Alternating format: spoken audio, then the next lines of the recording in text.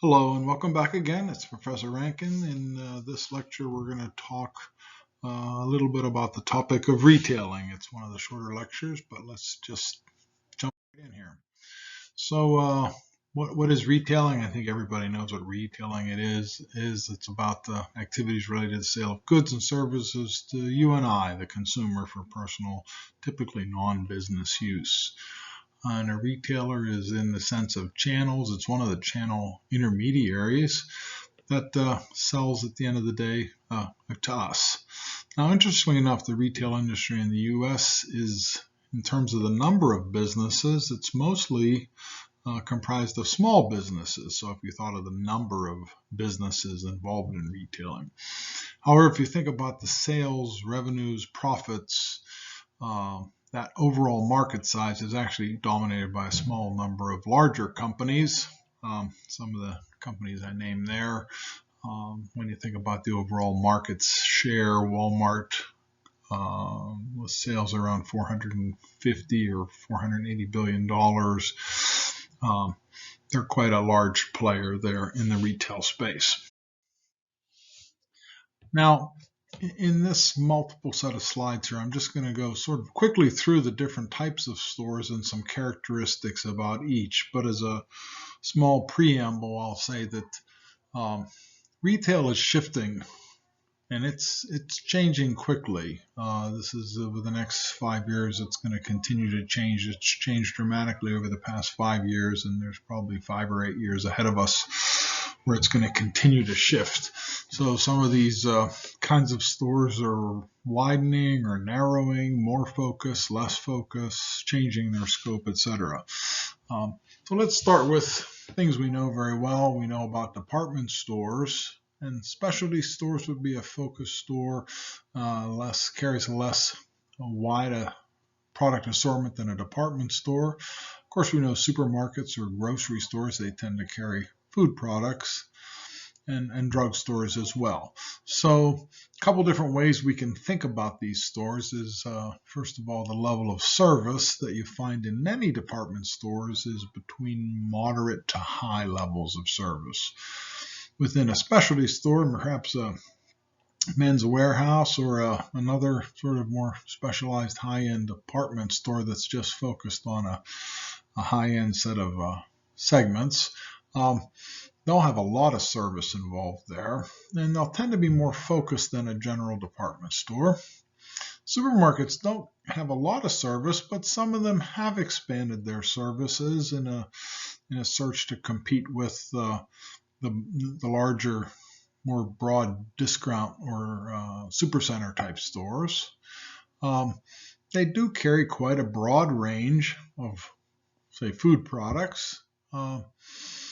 But we also see different takes on this topic of a supermarket. For example, and all these will have very low service, and in fact, their product assortment, while they carry quite a few categories, they tend to not have a very deep assortment within a particular category. So they've sort of shifted the strategy model for supermarkets. We expand the list downward. I'm not going to talk about all of these. A full line discount store is really what Kmart was 10 years ago and what Walmart does today, but a Walmart is really a full line discount store plus a supermarket in one of their supercenters. A specialty discount store, that would be like a TJ Maxx or something like that. Warehouse clubs, we know them as, the Costco's and the Sam's Clubs of the world, and restaurants are included there too. And if you think about the kinds of products and services they offer, again, these vary. A full line discount store won't have many services associated with it, and they'll have a medium to very extensive product assortment. Then we wander into this whole idea of price, and we're going to go back to the department stores and talk just a little bit there. Again, their prices are generally higher than a discount store, let's say. A more focused specialty store is even going to be higher than that. Supermarket prices are moderate, but again, In the case of a high-end supermarket, they're going to be higher prices, and in the cases of an Aldi, they're going to have lower prices because it's part of that strategy. And prices in drugstores, well, it says moderate there, but I think it can sort of vary on which product you're buying within a drugstore. On top of price, or really as a result of price and their cost structure, is their gross margin. Okay, so department stores tend to have pretty strong gross margins, specialty stores even higher than that.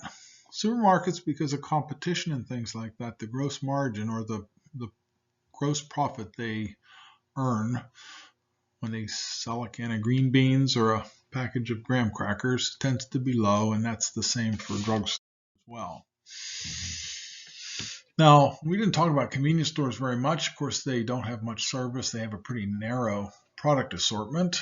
But their prices, of course, are higher. You're paying for the convenience of having one of those open later hours and having a very easy parking access, run in for a few things. And they tend to have fairly good gross margins, but they tend to have, a lot less volume than some of the bigger stores. We wander into the specialty discount store.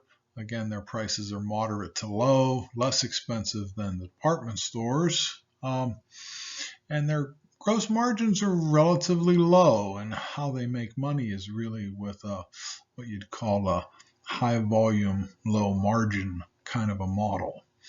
Okay, warehouse clubs, prices are low or even very low. They don't make much margin, and they really extend the idea of high volume, low margin as their business model. So just quite a few different types of retailers, and I said at the beginning, these boundaries are shifting with certainly online coming, whether it's from Amazon or really, we'll talk later about retail omnification, where all of these lines are really becoming blurred. So just like other marketing models, we'll talk about how to develop a retail marketing strategy. Of course, it comes from major stakeholders and the overall strategic plans developed by the leadership. Of course, that comes from the marketing environment, understanding competitors, understanding what the latest legal challenges are, requirements are, changing technology to run the business, and also changing technology within the target markets, whether the economy in a particular area is doing well or not, and whether or not they can partner up with, wholesalers or actually consumer packaged goods companies that actually make the products that retailers sell. Okay, so before all the tactical decisions, which have to come, and we'll talk about them in a minute, at the highest level, a strategic decision is to, who's going to be our target market. And we're also going to talk about a retail mix that has actually 6 P's, not 4 P's. So the first strategic consideration is really defining a retailer's target market. As we've talked about before in the whole marketing idea, the marketing concept, we begin with some sort of a segmentation consideration. The challenge for retailers, of course, is that, any business, customer preferences they're changing, and even segments are changing.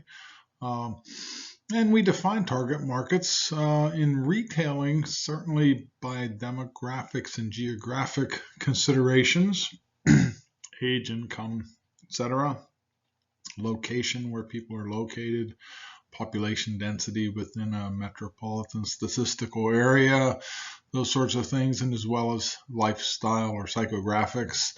For retailing organizations that have physical on-ground stores, absolutely location choice is crucial.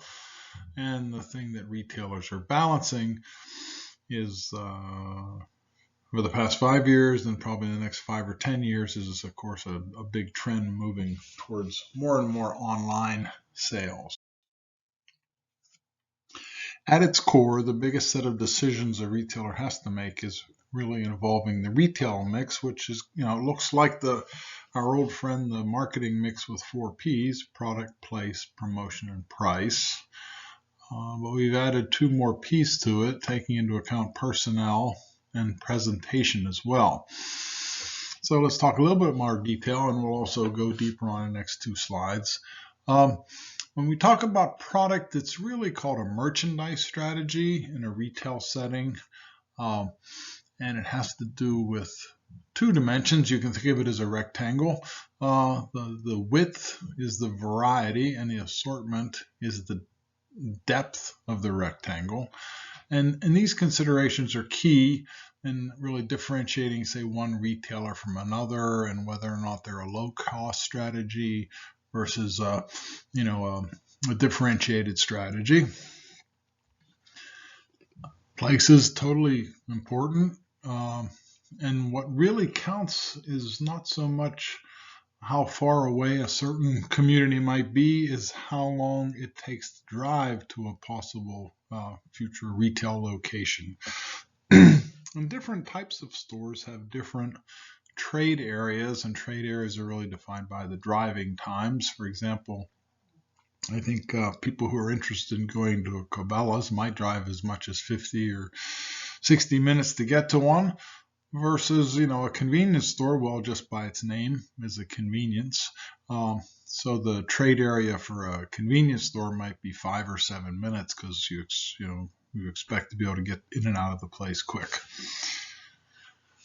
Now, levels of customer service are a key differentiator for different retailers. Some have high service, some have moderate, and some have low.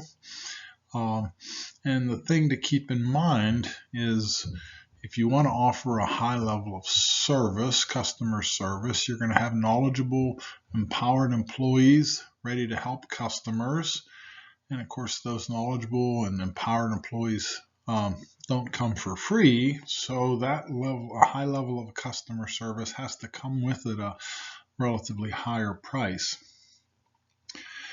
Finally, the atmosphere, or the presentation, the layout, what the store looks like, colors, even smells perhaps of a store, they really are how we embrace the brand of a store. And I'm going to talk a little bit more about merchandise strategy and atmospherics or presentation in the next slides. So, talking about merchandise strategy, and just to talk a little bit more in detail about it, again, this idea is you have variety and assortment. Variety is the number of categories, and we usually use the word width when we think of this as a rectangle that we're thinking of in our minds. Walmart has a very wide variety of offerings, from automotive services to tires to camping equipment to dog food, pet supplies, quite a wide range of health and beauty items, clothing, electronics. Wander back to the milk and the bread, of course, a deli, flowers, fresh fruit, all of these things. Quite a wide variety of offerings.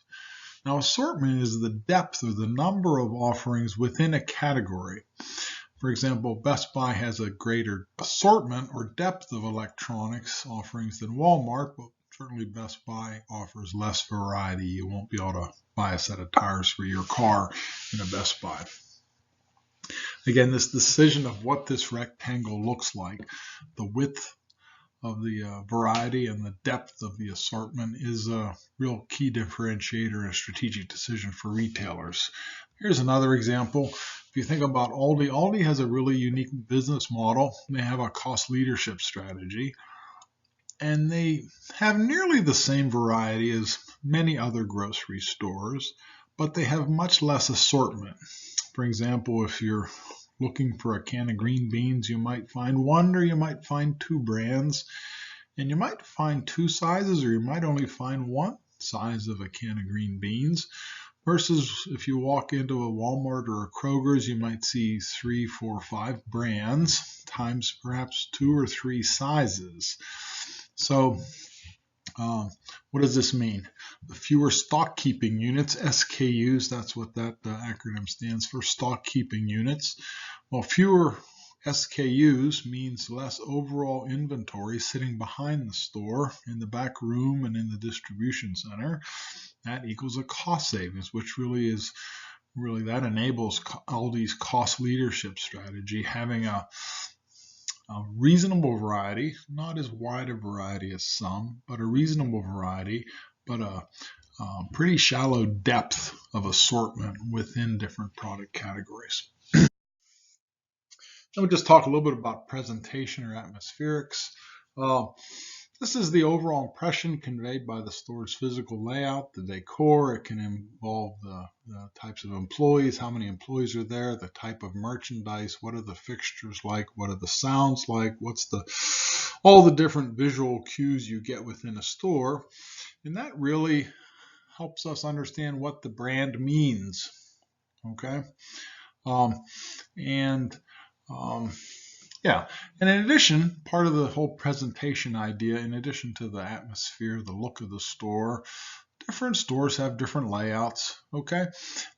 Basic idea, if you walk around at JCPenney's these days, the way you can check out is there's perhaps 3 to 5 general places to check out. You take your merchandise and you pay for it there and you collect your things and head out of the store, versus a Macy's, which will tend to have department-specific locations to check out. So Macy's with those department-specific locations actually allow that person who's at that checkout to be a bit of a specialist in that department and provide a higher service offering than a JCPenney's, which will have sort of generalists helping you around the store.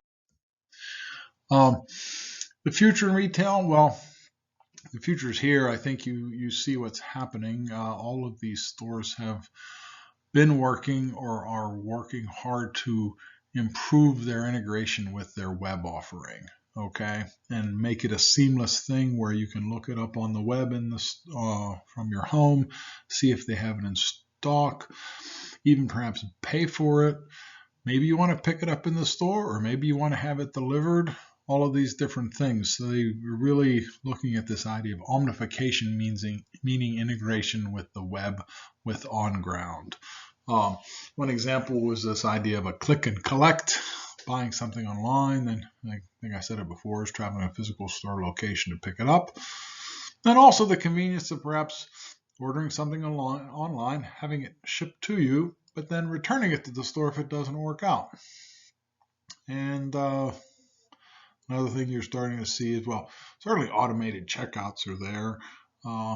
But I saw a video the other day of a robot making lattes. I don't know if I'm quite ready for my barista. Not that I'm a big barista fan. I do like a decent coffee once in a while, but I'm not quite ready for a robot, although maybe the robot will do a better job. Who knows? So to wrap up here, retailing, it's all the activities related to sales of goods and services to you and I, the consumer, for personal and non-business use. And the sort of the unique thing about retail is this idea of a retail mix, which we talked about just a little while ago, this idea of 6 Ps, where we add this idea of personnel, which really means what's the level of customer service you're going to have in the store. And we add this idea of presentation, which is what's the store going to look like inside, what's the atmosphere, what's the layout, etc. These are key considerations in a retail setting. Location is crucial, and this whole idea of width and depth of, say, the variety is the width and the assortment is the depth. And those considerations are vital things to consider and reconsider year after year for different retailers. So that's a retailing in a nutshell. Hope you found the presentation interesting, and we will catch up with you online again soon. Thanks very much.